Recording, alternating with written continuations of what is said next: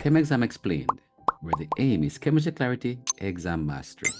In today's video, we will be looking at CSEC Chemistry, May-June 2011, question number 4. Let's go. Potassium carbonate and zinc metal are both treated with an excess of dilute nitric acid in separate experiments.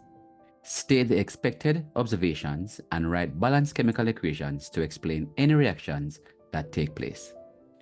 Give the chemical test which may be used to identify any gas produced. Record your answer in a table using the headings Test, Observations, Equations. So here we have our test where we are going to add excess dilute nitric acid to potassium carbonate in a test tube. And the reaction that should take place is that the potassium carbonate should react with nitric acid to form a salt, carbon dioxide, and water. So right away, we should observe rapid effervescence of a colorless gas. We're going to test for this gas using lime water, which is calcium hydroxide. And when we bubble this gas through the lime water, it should produce a white precipitate of calcium carbonate. For zinc metal with the dilute nitric acid, we're going to add excess dilute nitric acid to a certain mass of zinc metal.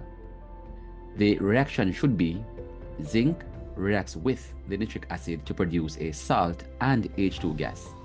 Again, we are going to observe effervescence due to the presence of the gas. The zinc metal should dissolve as it reacts with the dilute nitric acid.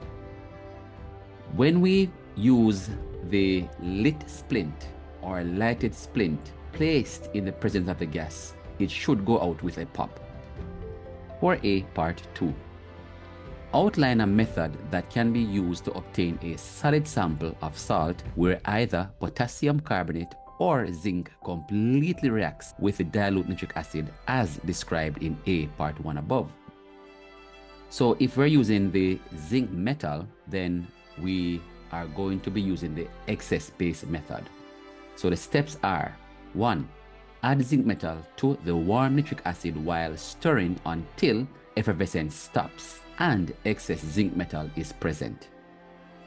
Filter the mixture to remove the excess metal and collect the filtrate.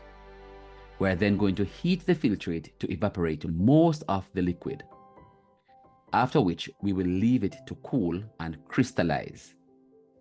Then we're going to rinse the crystals with small amounts of cold water and dry.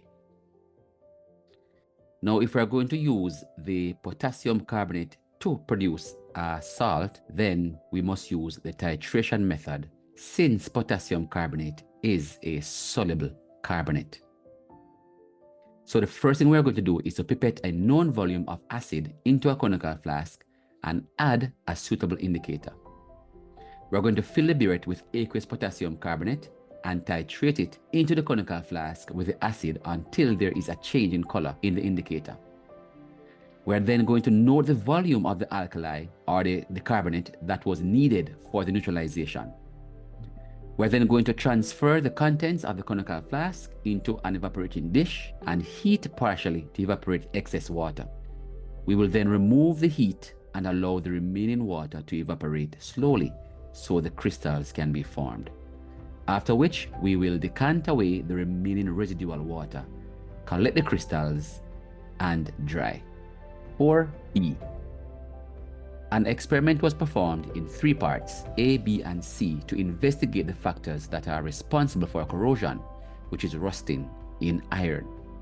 Each of 3 shiny new iron rods was placed in a container and treated as described below and left for 2 days. Part A. The water is boiled and the container is sealed from the atmosphere. Part B. No water is present and the container is sealed off from the atmosphere.